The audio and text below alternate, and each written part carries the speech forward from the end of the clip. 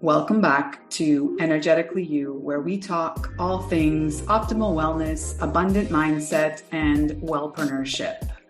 I'm your host, Megan Swan, a wellness, mindset, and integrated wellness business coach, and also the founder of the Sustainable Integrated Wellness Approach. I help high-performance women thread more wellness into their lifestyle so that it becomes a way of life and not a check mark on their to-do list. My approach is custom and approachable because there is no one-size-fits-all wellness. Today, I am so excited to interview Fish James Gill. He is a transformational facilitator, heart coach, and yoga teacher. He creates transformative social and emotional learning experiences that grow empathy, connection, and understanding in the face of conflict, complexity, and difficulty. Fish's programs have grown connection and transformed complex interpersonal challenges in multinational organizations, businesses, non-for-profits, and schools throughout Australia since 2008. You can find him on Instagram, which is where I follow him. His reels are always just a little dose of conscious relationship wisdom, and you can find him on his website, leadbyheart.com. So let's dive in. Welcome, James Gill. Please, let's start off by the explanation of your adorable nickname, Fish. So goes all the way back to being in year one in primary school. And my best friend, Mike Rees, hi, Mike, if you're listening, he called me Fish because of my surname Gill, so it was kind of a taunt, I guess, to start with, like a little tease, and I actually remember taking offense to it for a moment, and then quickly realized it was actually really quite catchy. And I think as a 6-year-old, I was really trying to find ways to be important in the world. And having the nickname Fish actually for most of my life has kind of had me stand out. So in terms of like the egos wanting us to survive and matter and be important, I became quite attached to it. And now I can't relinquish it because most people don't know me as James. You're welcome to use either. All right. Well, I'll just stick with Fish then. So I first wanted to jump in and ask if you a little bit about your journey, and if you've always been so aware and conscientious of the way that you speak to people and the way that you operate in the world, or I know that we both share a yoga background, so I'm guessing that might have been one of the sparks of it. But it sounds like even at 6, you had a deep awareness of your environment and intentionality. Well, the short answer is no way have I been particularly aware through most of my life. In fact, I think part of what has led me to stand in this work that I do, let's call it work, is the extent to which I've caused pain to others in my life. Pain that I would have never wanted for them, but definitely pain that, and some of that pain still resonates out there in my community. Mistakes I've made, things I've hidden from people, things I've hidden from myself. So, as Pema Chodron so beautifully puts it, I've had a bunch of experiences that have broken me open. They felt like they were breaking me, and it turns out they've broken me open. Something's enabled me to stay receptive to the learning from making some really profound mistakes and some really painful mistakes in my life. Yoga's actually been a very recent component. I only really started practicing, I want to say 8 years ago, maybe. And that was because I fell in love with a woman who became my partner, and she was a really wonderful teacher, and I just used to go to all her classes. Mm. And it was in the breakdown of that relationship that I realized I wanted to keep yoga very close to me, and then began a yoga teacher training, and then I've been teaching for the last 5 years or so. And also have been really standing in it for that time. Teaching now on some teacher trainings, teaching a lot of yogic philosophy. So that has been part of the way that I have stayed open and expanding, I guess, from those moments that I created in my life, or co-created in my life, that felt so brokenhearted. I've also experienced a lot of loss, like a lot of death through cancer, a lot of death through suicide. Going through divorce 10 years ago, the ending of some other significant relationships in my life. I mean, we've all been through loss, right? But Mm-hmm. I definitely think the reason I stand where I stand is because I've walked through that loss. It's showed me a truth in my heart, and in the heart of all people, actually, that was a little obscured from my view prior to all of that. But if we go back to being 6, my parents, although separated, were just wonderful, are wonderful human beings. My dad has since passed away. My stepdad's since passed away. My mum is wonderful. My stepmother has been incredible. And there was something in there, in the way that they parented me, which particularly my dad was just fascinated by the world. We used to lay on blankets underneath the stars many nights, and he would explain to us the fact that the stars that we were seeing, some of them were no longer alive. And like, he was very romantic in the way he saw beauty in everything. He used to set us maths problems because he felt like maths was beautiful. So I guess it's just been a culmination, a drawing together of all those threads in my life, that has led me to a place where I'm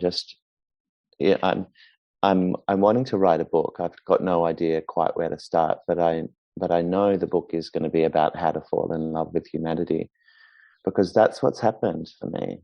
I'm actually in love with humanity, even when I look out at the atrocities of war and the atrocities of like decisions being made and the impact they're having. I'm not okay with any of that. However, behind all of that, I can see humanness, and that's what I love, and that's what I want to share with the world, because I think we can move with grace when we move led by the heart. Yeah. Well, can you speak a little bit to, I mean, I don't know how much it's really, I guess social media intensifies it if it's like really it's such a new concept, but this, like there seems to be a deep division, or maybe we're just more aware of it, or it's, like it's amplified with social media. But I feel like you have a lot of very helpful ways to reframe these things so that we're not sort of defaulting to our knee-jerk reactions of always, sitting in an us versus them scenario, whether it be, like a massive political problem or in your personal relationship. Yeah. Well, the first thing that's important to do is for us all to validate the fact that the oppositional dynamic that we often find ourselves in is actually 100% natural. By that I mean it happens within us without us choosing it, and it happens within them, whoever they are, without them choosing it. It doesn't seem that way. It seems like they've done it and we know we haven't done it. So immediately that opposition is increased because it feels like, why are they being so XYZ? And I'm just trying to ABC. And so we naturally, and this is kind of an ego mechanism, I think really it's just like, I'm a good person and they've done something that's upset me. And so they must be a bit of a shitty person. And when I go to tell them about my pain, they get defensive. So that's more evidence that they don't really care and that they're on the bad side of the ledger. And look at what I've endured, and that puts me on the good side of the ledger. And so that oppositional place of I'm the victim and you're a bit of the villain, like even if we wouldn't use those words, it's a little bit like I'm the one who is worthy of compassion here, not you. And it's really interesting to me, Megan, because I post a lot about compassion. And I even might call it radical compassion, because I'm asking us or inviting us, just if you want to, you don't have to. If you want to, let's extend the bounds of our compassion. Let's bring in those who we might not feel are worthy of compassion. And let's see what that does for us. Let's see what that does for the sense in my heart of opening and falling in love with the aspect of them behind their difficult behavior, right? So I call it radical compassion because there's this notion out there in the world that this is a strongly held belief in millions of people all throughout the world, that some people are worthy of compassion and some are not. Mm-hmm. And I think that just points to the fact that we have a boundary to our compassion over which we feel uncomfortable to step, and that's valid. It's just that it's our boundary. The fact that I think someone's such and such that's a decision that I've made based on my boundary, but I project it and I say, no, that's them. That's them. I'm endlessly compassionate, but they don't deserve it. But that's me saying, I'm willing to extend compassion to some people and not to others. And that's okay. It's just that we get to determine where that boundary is, and you can expand it if you want, such that you remove all a-holes from your life because you just feel into them. Now, here's the thing. As I speak to expanding your compassion, our compassion, I get messages, some of them really, really very strongly worded messages about me personally. And they tend to be in the flavor of, Fish, your work is mass gaslighting. You're telling people who've been through enormous pain that they should just be okay with it, that they should just understand their abusers. So here's an interesting thing about the mind, is that the mind is such an either-or mechanism that when I say, what might they have been yearning for behind the horrible things that they've done to you which caused you pain, people immediately feel like, because I'm reaching into the yearning in them, I have to dismiss the pain in me. Mm-hmm. And that's a great insight into the mechanism of the mind, because we think we either are compassionate or hold strong boundaries or look after ourselves. And I'm teaching radical compassion outwardly and inwardly, such that I can understand the humanness behind anything anyone has ever done, and I'm very clear about what is okay or not okay for me and where I need to locate myself in relation to them, in relation to that behavior, so I still feel open-hearted. There's such a strong pushback every time I speak about compassion, because we hear it as being compassionate equals being okay with what happened. Condoning, yeah. Yes. Condemn or condone is is the binary function that happens socially. If you're not condemning, then you're condoning. And there's a whole third space, which is just acceptance of the humanness behind what they did, and acceptance in me that I don't want to be near it. Yeah, is that making sense? Yeah, it's early for me. Good morning. Well, so how much of your wisdom on all these things came out of you having to find a way to get through this yourself on a personal level? A great deal. Yeah. A great deal. I mean, I've had the experience of bringing a lot of pain. Like, for example, deception. I've been the person who's deceived in a relationship and left my partner absolutely feeling betrayed and heartbroken and upset. And then the community around us has naturally kind of become polarized. And then I can still walk on the beach today and see someone in that community, anyone in that community, and they leave the beach.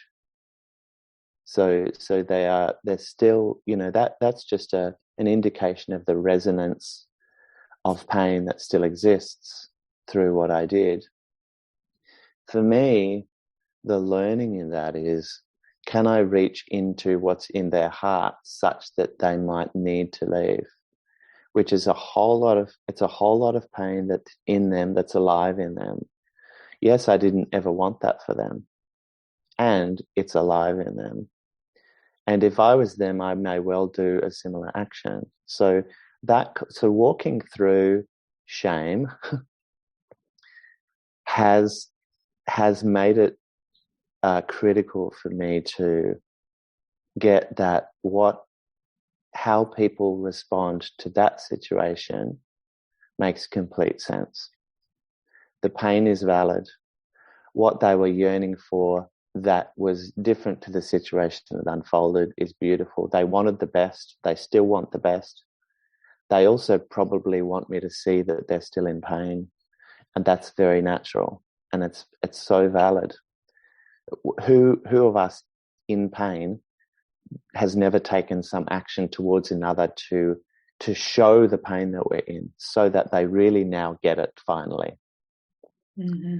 And we might call those actions vindictive or nasty or even maybe abusive. Underneath that, there's a yearning for their pain to be seen. So that kind of situation, also like being turned away from. I was in a beautiful partnership, and without going into great detail, a very tragic event happened in her life, and it happened while she was on the phone. She heard about this situation, and she quite literally broke as a human being. I never got to see the woman who I was in love with past that. And then she just kind of, it's like she became a ghost, and she just sort of walked out of the relationship, but over like 6 months. Mm-hmm. And that was one of the greatest heartbreaks for me. And so I had to use this approach to reach into her, to understand her pain and to understand what she was yearning for in turning away. And once I could do that, I actually had so much love for her. And then I really had to turn to myself and say, look at the pain I'm in. And all my work then became focused on, how do I tend to my pain? And so I made a video recently that kind of tried to, it was like a junk food nugget of this concept of like, we can... Are there junk food nuggets of wisdom? I don't know, but okay. Well, I mean, Instagram tries to make like you have to make it into junk food, right? And then, so just to try give a taste. So the point of the post was saying that, in any situation of pain in the past, where we're stuck in the pain of the past. And I was stuck in that pain for quite the time.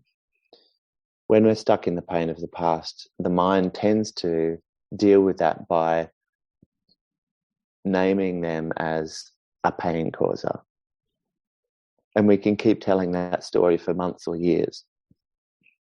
You're this, you're that, you were like, poor me, I was in a situation with a such and such, right? And that's very understandable because we're actually trying to have our pain validated by labeling them as a pain causer. But there's two reasons that doesn't work. The first is labeling someone as a pain causer does not open our hearts.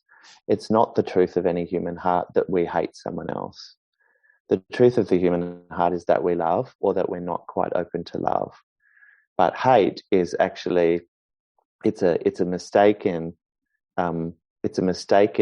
yearning for our pain to be seen. So if I label someone, and if I keep labeling them as the pain causer, I kind of stay bound to them in that pain relationship.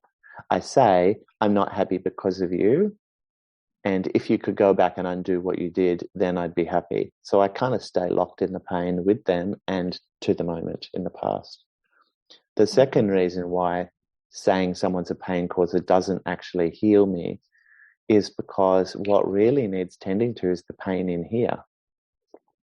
So while I'm looking outwardly and labeling someone as a pain causer, I'm not looking inwardly, noticing the depth of my pain and validating my pain as deeply as only I know it needs validation.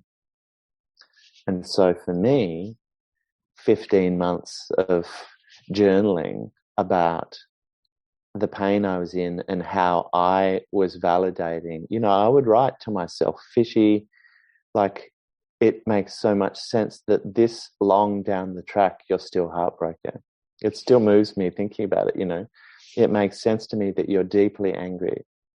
It made sense to me that you feel like crying all day, every day. And I would just write it on the page, and I would bring me that kind of loving presence that a father or a mother might bring their child when the parent is in the mode of validating the pain of the child. That for me became profound. So I got to see, for me at least, and I can only ever teach what vibrates well in my heart. That's why I say take it or leave it. Like, I'm not speaking the truth. I'm just speaking what I live as the truth. I got to see that my pain, the pain that I was stuck in from the past, was healed by a deeply compassionate understanding of her, the pain she was in, and what she was yearning for behind rejecting me or abandoning me, in inverted commas, and deeply compassionate practice to myself, which was look at the pain I'm in and look at how much my heart yearns for it to have been different. And those four aspects are kind of the key foundations of the work that I do. And it's so, I wish I could let you in on some of the sessions I have, because, for example, I had a session last night with a woman in the US, and what she got to see when she reached deeply into someone in her life's yearning, the deepest yearning in their heart behind what they did that was so hurtful to her, it was like this revelation. Now, in that process, we didn't say your pain's not real. We said your pain's deeply real and needs a lot of love poured in there. And that person was not intending the pain for me. And so, when you become masterful in this approach, in order to speak pain to someone that you love, starting from the place of, I've got a whole lot of pain I need to express to you that you would never have hoped for me, is the pathway to be able to actually share into an open heart in them. Because in that approach, we're dissolving this kind of mental and social construction that they have to be a villain if I'm hurting. Instead, we say, I'm hurting because of what you did. And what you did was not aimed at me to create pain. You were yearning for a bunch of other things. And it did create pain. And can we tend to that? Yeah. Sometimes I talk about this work as learning to land our love. Because there's a whole lot of ways in which I love you that don't land as love to you. And then I get upset with you that they don't. And you get upset with me that I can't understand that they don't. So it's a conscious assumption that some of the ways I love you don't feel like love to you. And so this work is, how do I land my love 80% of the time now instead of 40, or 90 instead of 80, or 97 instead of 90? And every time I don't land my love, I'm right here with you to clean it up. Can you speak, this is a kind of common theme or a theme I like to talk about, because for me, I struggled with it for decades.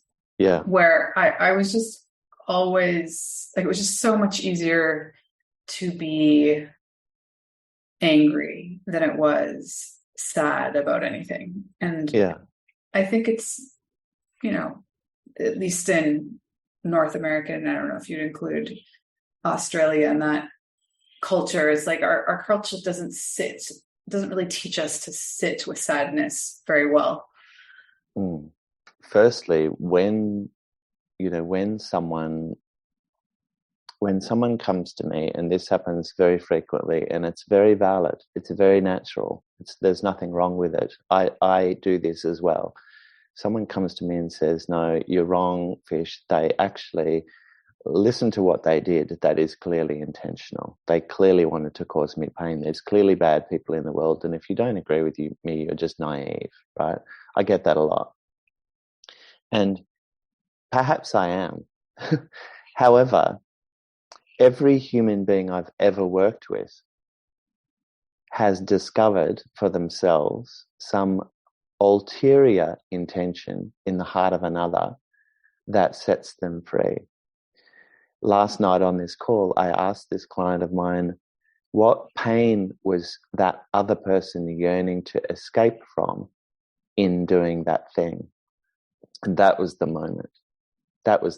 She was like, wow, now I can see how made wrong he has felt. So the action he took was to escape the feeling of being made wrong by me, which is a universal yearning in all of our hearts. We will do whatever we can to not be made wrong, or to let someone know how made wrong we feel. And what we do can feel kind of a bit volatile, or a bit aggressive, or a bit like nasty. So when that situation arises, and it arises all the time, what that points to is a need to validate my pain, the pain over here in the person who says, I'm actually the victim and you don't understand. So validating pain is not what we have ever been trained to be masterful in. Maybe there's millions of people on the planet who are masterful at validating their own pain and the pain of another. But in every person I've ever worked with, there is this skills shortage in even being able to articulate my pain, and then being able to validate what I've articulated. If we go back to the yogic philosophy of raga and devesha, attachment and aversion, part of the kleshas, the experience of pain in us, we will tend to make into a pile that that's valid to feel, and here's another aspect of my pain that's not really valid for me to feel. So, if I'll have a pile that I'm okay with feeling, and a pile that I'm not okay with feeling. So immediately we become kind of fractured in the truth of our pain. We turn away from ourselves. So part of this work is just becoming more and more masterful over the rest of your life at noticing, what's the experience I'm having? Where is their sadness? Where is their fear? Where is their anger? Not why. I don't spend a second coaching people in why. I spend 100% of our time saying, what is this experience in me that's just alive in me? I don't have to judge whether it should or shouldn't be, because here it is. If I think it shouldn't be, then I'm in an alternative universe and I've left the building. So coming back to this notion, so we're not very good at feeling into our pain. We're not very good at understanding that it can be quite complex and incongruent. Like there can be parts of our pain that don't make sense with the other parts of our pain. I can feel like when that partner of mine rang me and said, we're done, I felt relief and heartbreak. I felt rage and compassion. So understanding that our experience, painful experience, can also be intermingled with not so painful experience, and how that doesn't make sense. It would be thrown out of court, but it's our truth. It's our truth. It's like, sometimes I talk about it as like having a jigsaw puzzle spread out on the table, but it's actually pieces from 100 different jigsaw puzzles. So nothing, you can't make a picture out of it, but it is what you have. So, and that is a profound practice for us. And that's 1/4 of that kind of structure of my yearning their pain, their yearning my pain.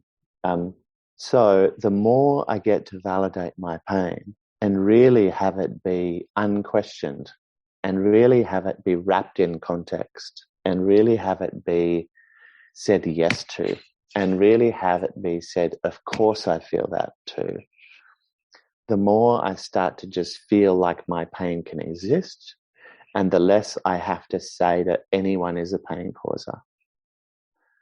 It doesn't feel like I'm having to condone their behavior if all of my attention is resting on how much I hurt and how long I've hurt for.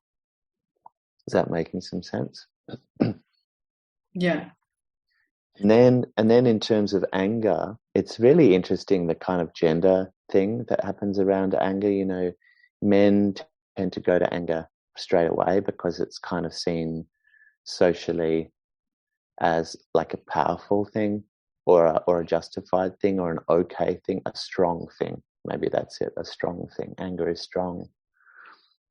Whereas women have a lot of difficulty, can have a lot of difficulty expressing anger, or even feeling that they are angry, because socially an angry woman is like a crazy bitch. So it's invalidated. And conversely, men can have difficulty feeling into the fact that underneath their rage lies hurt or sadness or disappointment or rejection or a feeling of being dismissed. Because those more tender experiences in us are seen as like being soft. I mean, most of us men grew up in a school environment where we were called a pussy if we said anything a bit tender or anything a bit sensitive. You know, if we read poetry, we were a faggot, you know. So we were kind of coached in turning away from that tenderness. And women can tend to do tenderness a bit more easily because it's seen as kind of soft and feminine and appropriate. So we kind of get a little bit sort of polarized, strangely skewed in what we're okay to feel into. Is that what you're asking about, or were you asking about how to deal with the anger from another that feels so intentional in its directive force? No, that was what I was asking about. And I'm curious, with your coaching, was it organic that you worked with couples, or did you work with women first or men first, or just kind of all happened at the same time? Actually, I've worked for most of those years in teams, like corporate teams. And that was wonderful training, because I got to practice creating validity for sometimes up to 25 people with completely different experiences, all at war with each other. So I had to expand my capacity to make everyone valid, even if they were counter even if they were analysing someone else's not valid, I had to find the validity behind that analysis. So that was really wonderful. I got to deal with some really interesting personality types. It was a wonderful training. What I got to, though, was the more I became deeply committed to giving people the experience of love in any moment, in any relationship, the more I thought, what the hell am I doing in the corporate market? Because even though the conflicts we would transform would be significant, ultimately, who really gives a toss about work when you can come home to your real life? So it's very easy to kind of lose a little bit of motivation to really deeply transform anything because, oh God, I'll knock off at 5 anyway. Let's take this right into the heat of the fire where lives are won or lost, like let's take this into the most difficult moments in our most treasured relationships. Because in the relationships that we don't really care about, we don't really have motivation.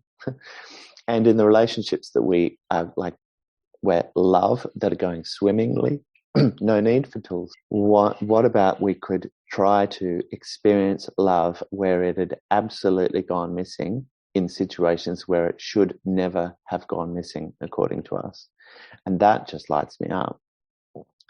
And over and over and over and over and over again, day in, day out, I get to witness that love is underneath the things that we did that land so poorly on them. And that love is underneath the things that they did that landed so poorly on us. And once we can start to see, namaste, palms together, namaste, the goodness in me sees the goodness in you. If my heart can see the yearning in your heart behind what you did that hurt me, our capacity to transform the moment is actually kind of boundless. It's just the mind gives us this skewed story that because I'm hurting, you're a bad person, and I'm a good person because what I wanted was valid. So the fact that you're expressing your pain to me means that's your shit. And then it just escalates from there. Yeah. And by the way, it's not just, I don't just work with couples. I work with maybe half and half, maybe individuals and couples. Some of the individuals I work with are in relationship and very hungry to be the one who leads the relationship deeper into intimacy and safety and understanding. And some of the other individuals I work with are not in relationship, and they're hungry to show up to their next relationship with a power in their communication where they know that they can always leave themselves and the other deeply understood no matter what happens. Consider that freedom. Like there's two, what I've noticed is there's kind of two aspects of unfreedom in our communication. One is there are some things that I want to say to you because it's just like, there's upset and pain and disappointment that I just need to express. If I could express it to you, my heart would open and I'd just feel so much better. But the idea of expressing it to you scares me because I know you're not going to react well.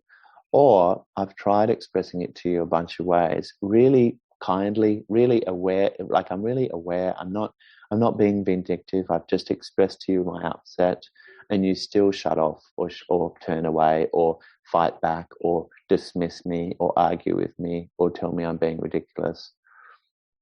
So in those ways, I can't express what I need to express. I never get to express my unmet needs, which is the absence of intimacy. Mm. And the second unfreedom is that imagine how it would be if anything anyone ever said to me or did to me could still leave me steady and open-hearted, sthira and sukha in the yogic tradition, resolute and sweet, like a sweet, steady position. Imagine if I could be with anything anyone ever expressed to me and it didn't knock me off center. The reality is that a whole bunch of things that people express to me leave me feeling misunderstood or hurt or judged or criticized. They leave me feeling like this person doesn't care about me, or, they don't understand my valid intentions. They don't see the goodness in me. So what would it be like? This is what I say to people. Can you imagine the freedom in your life in any relationship where you get to express anything and be with anything that they express? For me, that's like, that just gives me goosebumps. And in any moment that I'm actually able to fulfill on that, which still takes me a lot of practice. I still practice. I still have to practice because I've got this mind that just goes into, you're a bit of a dick. When I'm able to do that, I just notice that every human heart in that space opens. And I think that's all we're chasing, actually. I think we're just chasing the feeling of being bathed in loving awareness. I think that's it. I think if we could be bathed in loving awareness, we wouldn't need shopping centers or alcohol. Like, that's it's just, and because being bathed in loving awareness is the absence of being made wrong and the pain of separation. So, yeah, anyway, that got a little bit philosophical, but. No, I love it.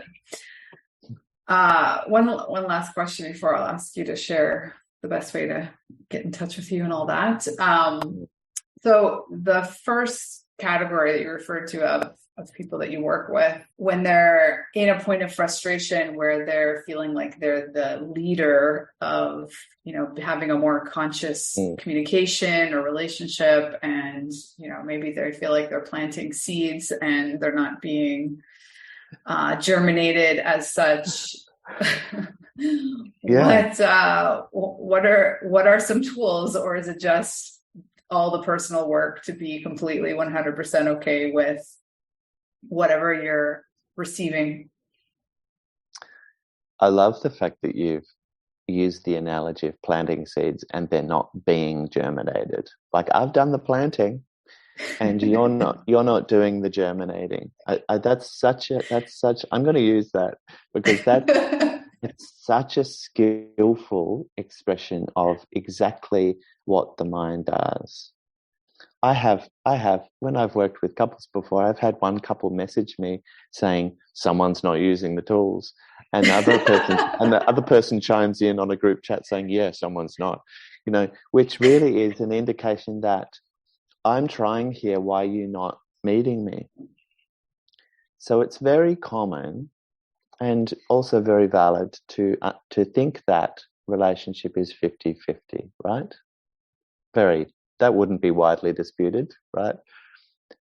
My approach in terms of the environment that we can create through our conscious communication is throw that out. What about 100% over here?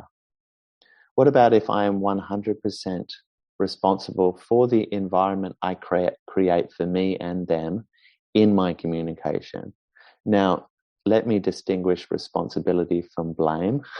I'm not saying it's your fault that things are how they are. Clearly, that's a contribution from both of you. What I'm saying is the agency to till the soil such that the seeds that you're planting germinate. Oh my God, this is working.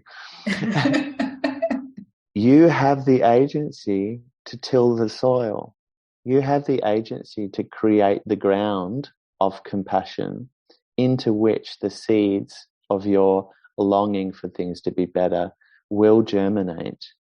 And you can do it without demanding that they somehow show up differently than they are right now. I call that radical responsibility. It's actually just responsibility.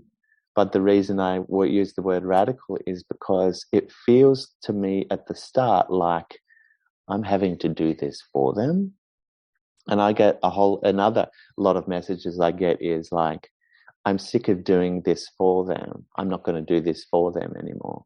right? So that's very valid to think that we should do the work, and if someone else is not doing the work, then we should just continue to do the work. But what that actually speaks to is, in doing the work and then not doing the work, my needs are going partly unmet. But nothing about the work that I coach you in is about your needs going unmet. It's wholly about your needs being met. But I want your needs being met, aka the seeds you're planting, to land in fertile ground. And just quickly, why are the reasons the ground are not fertile?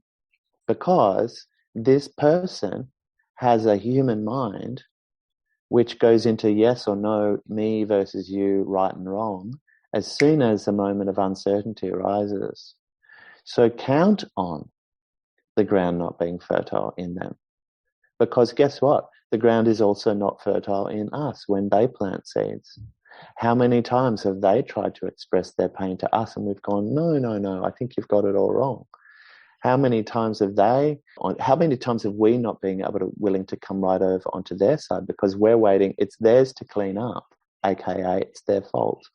So once we understand the conflict mind, once we understand the ground into which the seeds naturally fall and how unfertile it is, then we can go about cultivating fertility in the soil.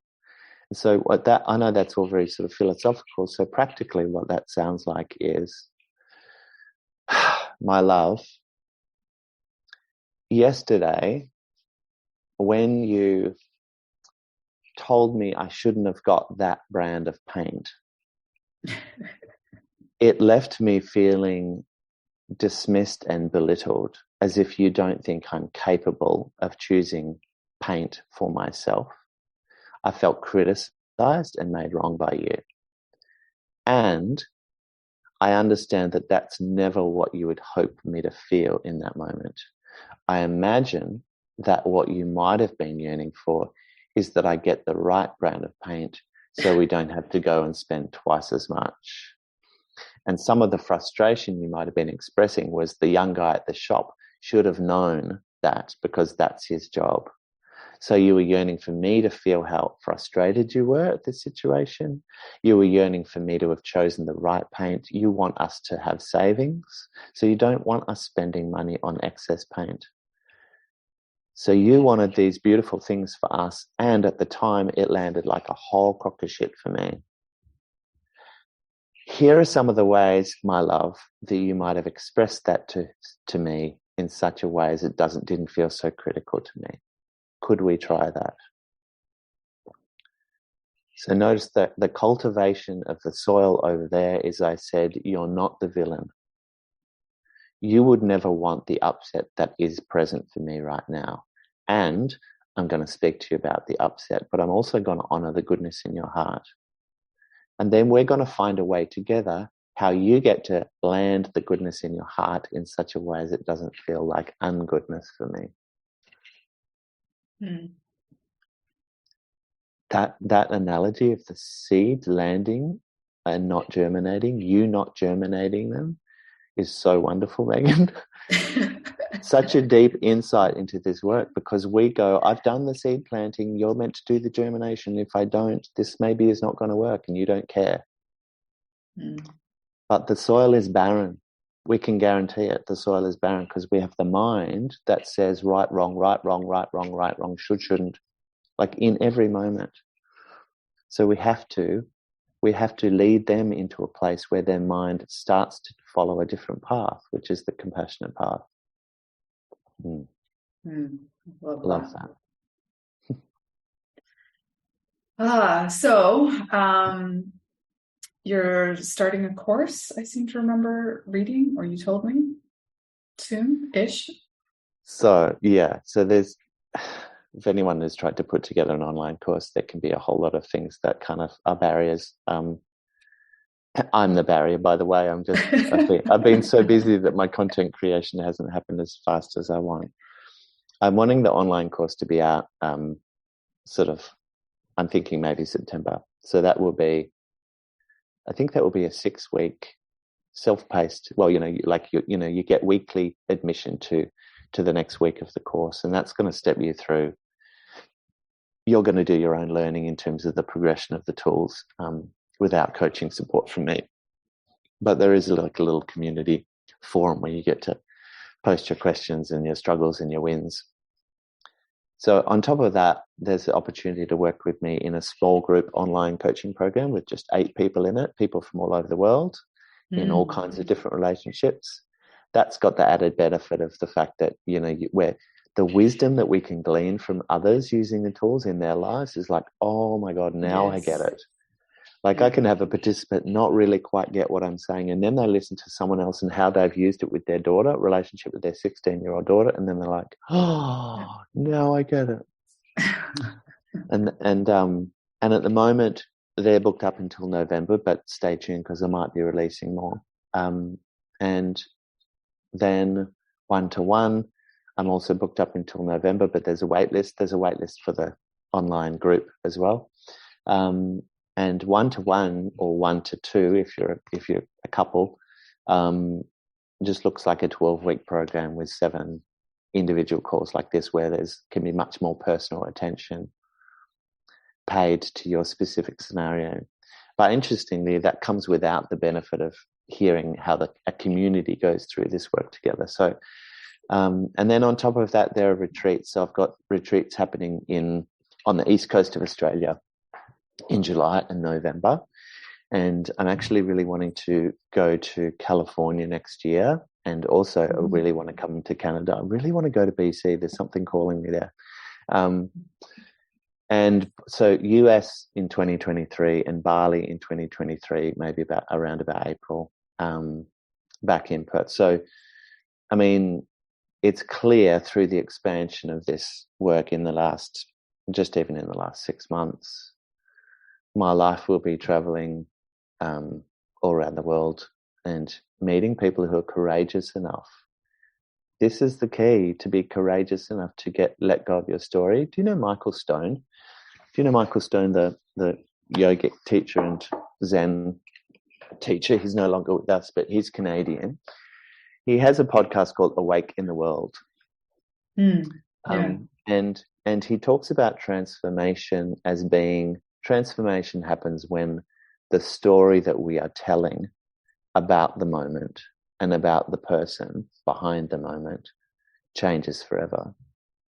So consider the enormous courage that it takes to be willing to relinquish the story that has made so much sense, and it's been like a protective mechanism. It says, hey, I'm okay, I'm not the bad person here.